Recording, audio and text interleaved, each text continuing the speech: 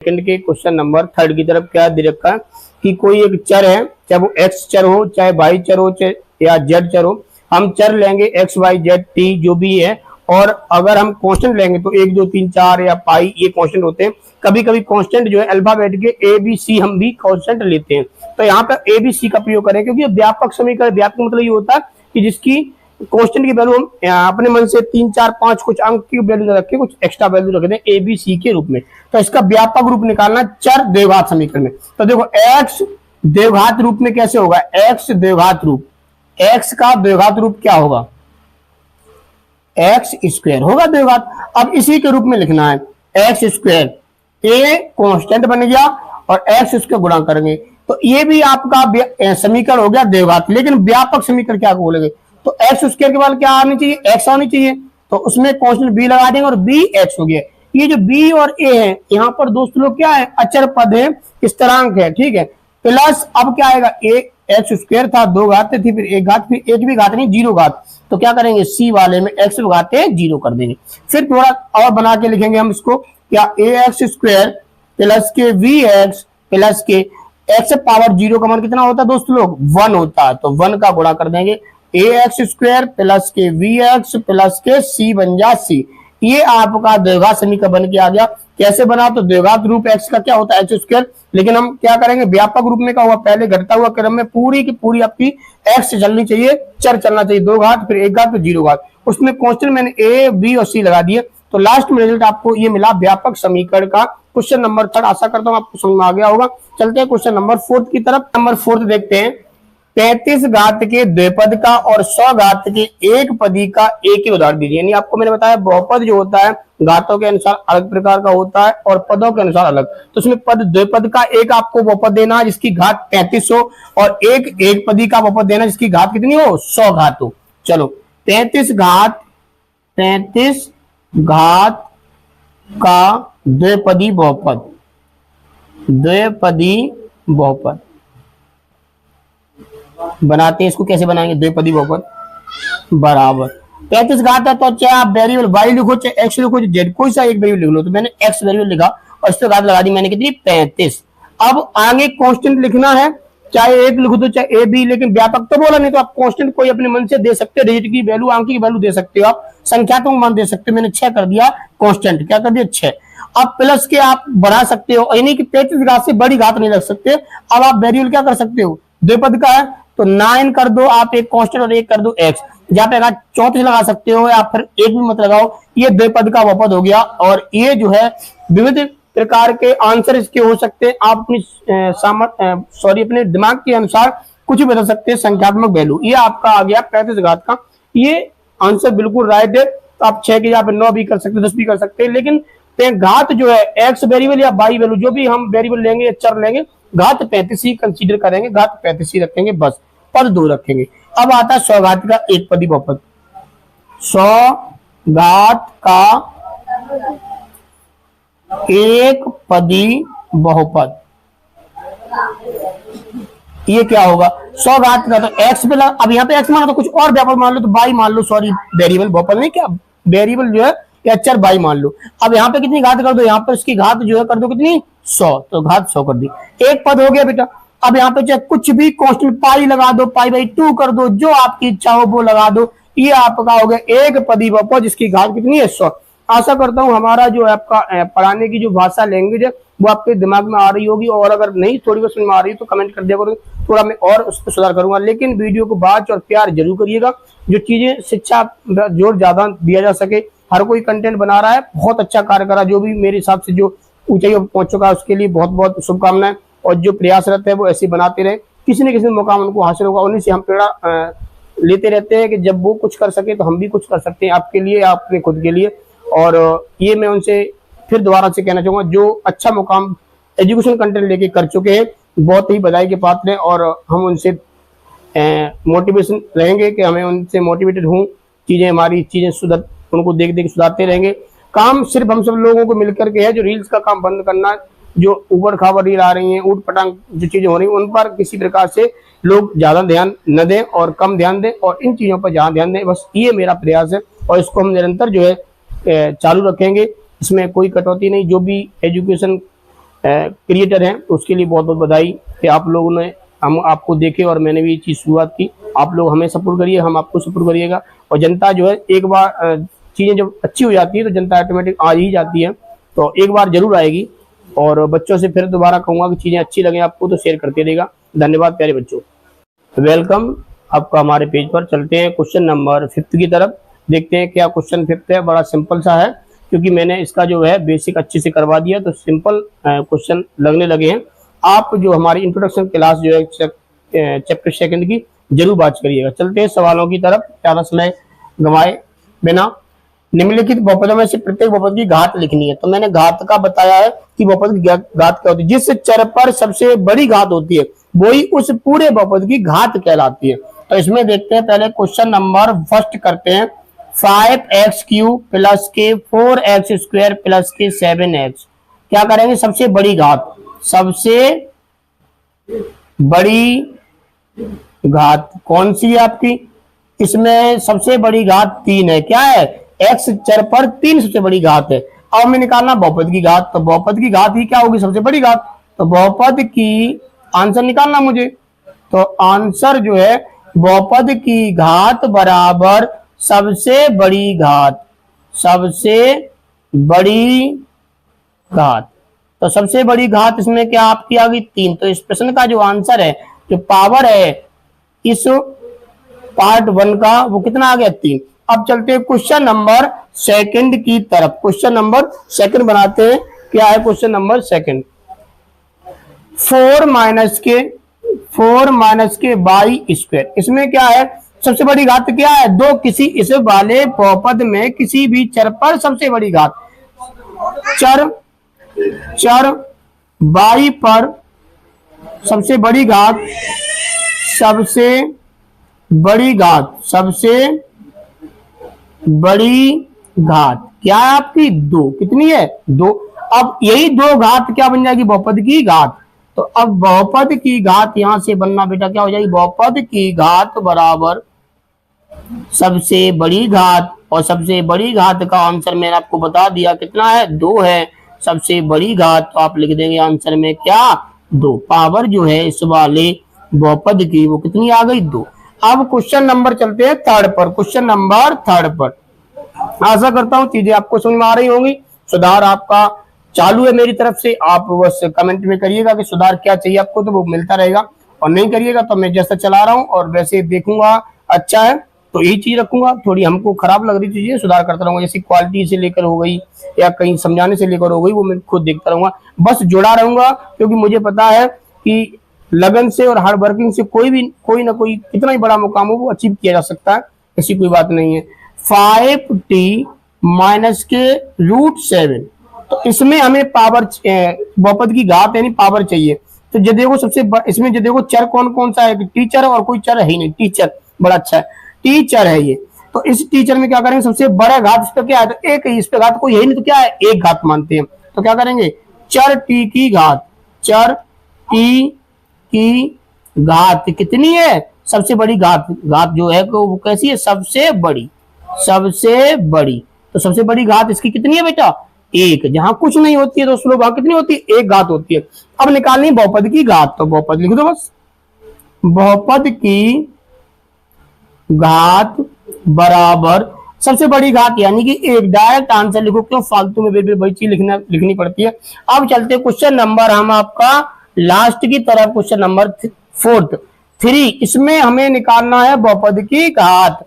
सबसे निकालेंगे इसमें चर क्या है? तो यहाँ पे चर कुछ भी ले लो x y, लेकिन ऐसे तो नहीं देने। अब इसका आंसर कैसे निकलेगा? चलो इसको पहले बहुपद के रूप में लिखते हैं 3। अब ये कैसा बहुपद है? कांस्टेंट यानी नियत बहुपद है 3, और इसमें कोई एक बार दे लिया मैंने, कोई एक चर लिया मैंने x। अब ऐसे ले नहीं सकते क्योंकि इसका मान बदल गया, तो इसमें पावर लगा दो 0।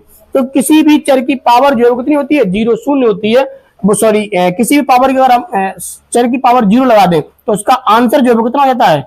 1। कितना आ जाता है? 1। तो यहाँ पे हम 1 कर सकते हैं, यानी कि 3 × 1 हम जो है लिख सकते हैं। 1 की वैल्यू मैंने x पावर 0 लगा दी, और x पावर 0 1 होता है, तो मैंने इसको ऐसे लिख दिया। अब इस x की चर की घात जो है कितनी है? 0। तो इस वाले बहुपद की घात भी कितनी हो जाएगी? 0 हो जाएगी। चलो तो यहां लिखेंगे हम चर x की सबसे बड़ी घात, सबसे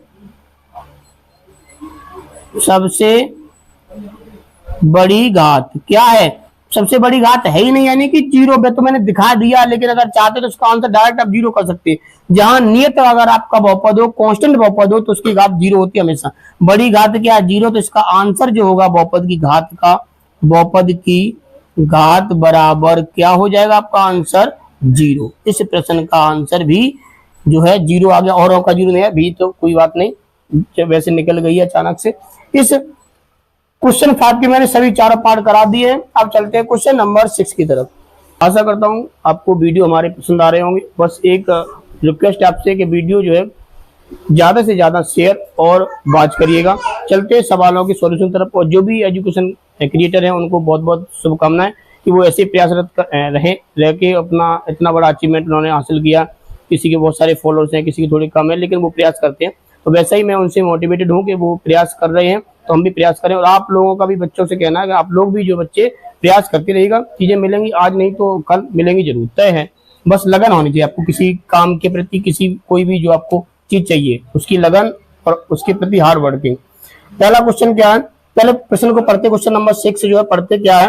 एक्सरसाइज 2.1, निम्न बहुपदों में कौन कौन से बहुपद जो है रैखिक है? रैखिक की आपको परिभाषा मैंने बताई थी, जिसके बहुपद की घात जो है किसी चर पर एक घात हो, उस बहुपद में सबसे हाईएस्ट बहुपद वाला जो चर है वो एक है, तो वो रैखिक बहुपद बन जाएगा। जिस बहुपद की घात जो है 2 हो जाएगी, हाईएस्ट चर की घात 2 है, वो बहुपद द्विघाती हो जाएगा।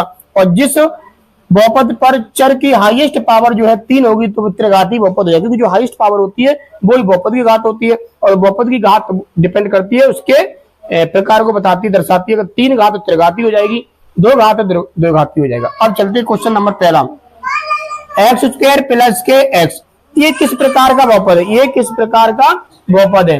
देखते हैं, आंसर निकालते हैं इसका हम। ये देखो, सबसे पहले देखो, इसमें सबसे बड़ी घात क्या है? 2। तो सबसे बड़ी घात 2 है, तो इसका मतलब बहुपद की घात क्या है? 2। जिस बहुपद की घात 2 होगी वो कैसा होगा? द्विघाती बहुपद। यानी कहोगे यह द्विघाती बहुपद है। क्या है? द्विघाती बहुपद है। क्योंकि इसके चर की घात, इसके चर की अधिकतम घात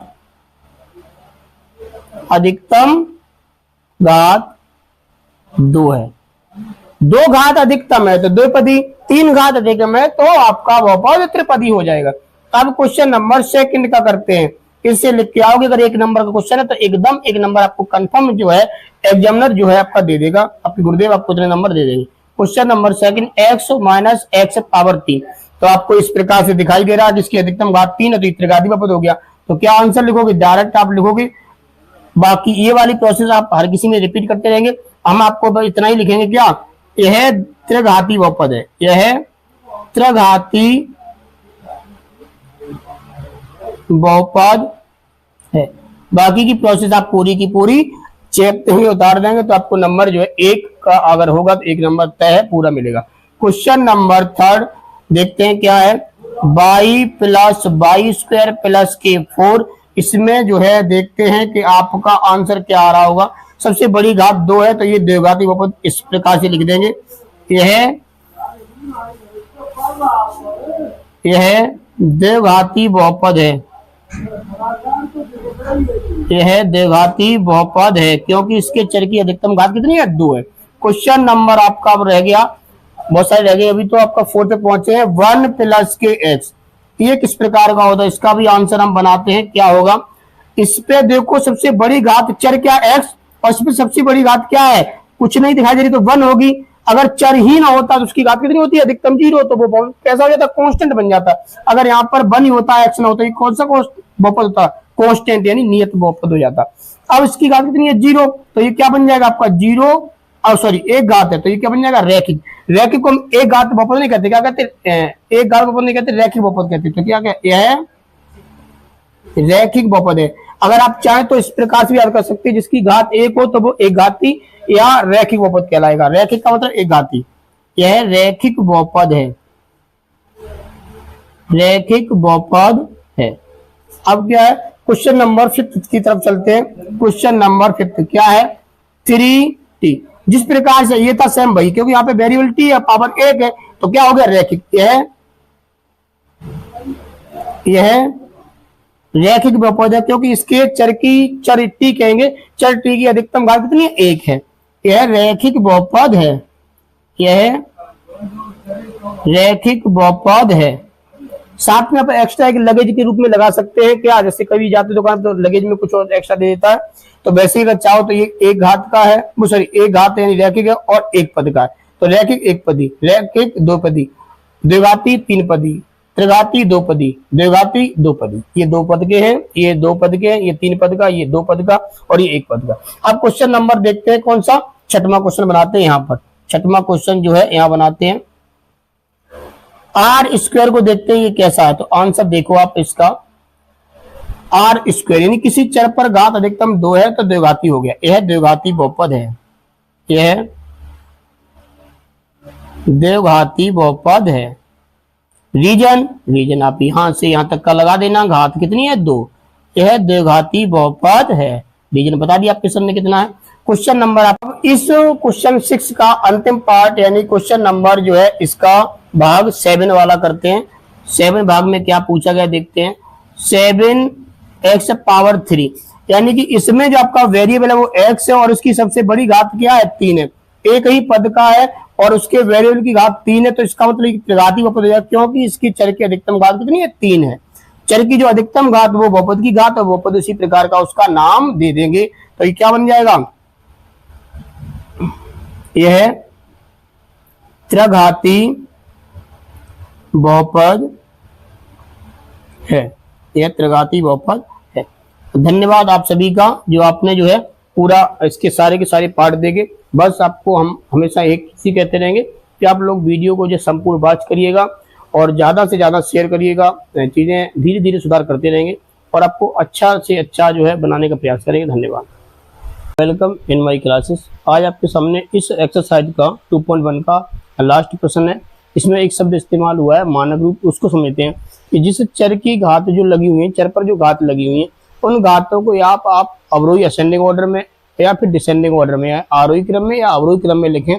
वही इस प्रश्न का यानी कि जो शब्द इस्तेमाल मानक हुआ है मानक रूप कहलाएगा। जैसे कि मैंने बोला एक्स क्यूब, फिर बोला एक्स स्क्वायर, फिर बोला एक्स, तो इसमें पावर पहले 3 एक्स पे चर पे, फिर 2 लगी, फिर 1 लगी, तो ये जो क्रम है वो क्या है, किसी भी बहुपद का मानक रूप होगा। उसी को हम सॉल्व करते हैं, उसी को बनाते हैं उस क्वेश्चन को कि इसका मानक रूप जो है वो क्या होगा। पहला क्वेश्चन क्या है देखते हैं सॉल्यूशन। पहला मानक रूप की मैं डेफिनेशन दोबारा फिर बता दूं क्या होती है मानक रूप। चर की घातों को घटते या बढ़ते क्रम में लिखें, घटते या बढ़ते क्रम में जो लिखते हैं वही क्या कहलाता है, इसका मानक रूप। अब चलते हैं पहले एक सॉल्यूशन पर। क्वेश्चन नंबर 7 यानी लास्ट प्रश्न के पहले वाले पार्ट को सॉल्व करते हैं। 3x + k 5, तो इसका मानक रूप जो होगा इस प्रश्न का क्या बनता है दोस्त लोग। मानक रूप, इसका आंसर देखते हैं क्या है मानक रूप। इस पे पावर 1 है, यहाँ पर वेरिएबल x है ही नहीं, तो उसका क्या मानेंगे, वेरिएबल क्या मान लेंगे, x पावर 0 करेंगे, यानी कि 1 हो जाएगा एक तरीके से। तो ये क्या है, मानक रूप में है 3x + k 5, ये इसका मानक रूप ही है। अब चलते क्वेश्चन नंबर 2 पर। Question number 2, 2y + k3 - k 5y², इसका हम बनाते हैं दोस्त लोग मानक रूप। तो आंसर करते हैं यहाँ पे मानक रूप क्या होगा इसका मानक रूप। सबसे बड़ी पावर इसमें देखो चर y पर सबसे बड़ी पावर क्या है, 2, तो क्या लिखेंगे -k 5y² पहले लिखेंगे विद चिन्ह के साथ में और कांस्टेंट के साथ में। फिर इसके बाद में सिर्फ क्या है, एक पावर 1 यानी कि 2y, क्या कौन सा पद लिखेंगे, 2y। जो वेरिएबल y है उसके पास में जो पद है वो 2y है, इस पे पावर 1 लगी हुई है। अब अंतिम जो कांस्टेंट बच गया वो क्या बच गया, 3। अब चलते हैं क्वेश्चन नंबर 3 की तरफ। आशा करता हूँ चीजें जो है आपको बहुत अच्छी समझ में आ रही होंगी। बस आप लोग ऐसे ही प्यार सपोर्ट करते रहिएगा, देखते रहिएगा पूरा संपूर्ण वीडियो। x4 माइनस के 3x² प्लस के 1। इसका आंसर बनाते हैं दोस्तों, क्या बनता है इसका आंसर बच्चा लोग? सबसे ये तो क्या है, सबसे बड़ी पावर 4 है, फिर 2 है और फिर एक भी पावर नहीं, तो ये क्या है, ये मानक रूप में है, पहले से ही है मानक रूप में, बस हमको फालतू में दे रखा है हमारा टेस्ट लेने के लिए कि आप बना लेंगे या नहीं बना लेंगे। मानक रूप क्या है, x पावर 4 माइनस के 3x पावर 2 प्लस के 1। कुछ बने हुए थे पहले से और कुछ बनाने पड़ रहे हैं, बस ये वाला मानक रूप में है ही, ये वाला और बनाते मानक रूप में, ये वाला क्वेश्चन नंबर 5 इसको नहीं बनाते क्योंकि मानक रूप में 5 को 5 ही लिखेंगे। मानक रूप क्या है, इसे कहते हैं हम जीरो को यानी कि अचर वाला बहुपद, या जो जीरो वाला, अगर यहाँ 5 या 0 होता तो क्या कहलाता, जीरो पॉलिनोमियल या शून्य बहुपद कहलाता है। ये 5वां क्वेश्चन बनाते हैं, 1 माइनस के 2y प्लस के 3y², सॉरी 3y पावर 6। अगर चाहो तो अगर ये कैसा है, बढ़ते क्रम में है, पहले एक पावर नहीं है, फिर एक पावर पे मतलब यानी चर पर 1 पावर और फिर चर पर 6 पावर, तो ये घटते हुए क्रम में है, बढ़ते हुए क्रम में है, तो ये भी सही है। लेकिन हम क्या मानक रूप रखेंगे, सबसे पहले बड़ी पावर रखेंगे, तो मानक रूप इसका क्या हो जाएगा, मानक रूप जो है इस प्रश्न का आंसर देखते हैं क्या होता है। सबसे पहले बड़ी पावर क्या, 3 पावर 6, फिर छोटी क्या माइनस की 2, फिर उससे बाद में 1। इस प्रश्न का जो आंसर है बच्चा लोग कितना आ गया, 3 पावर 6 माइनस के 2 प्लस के 1।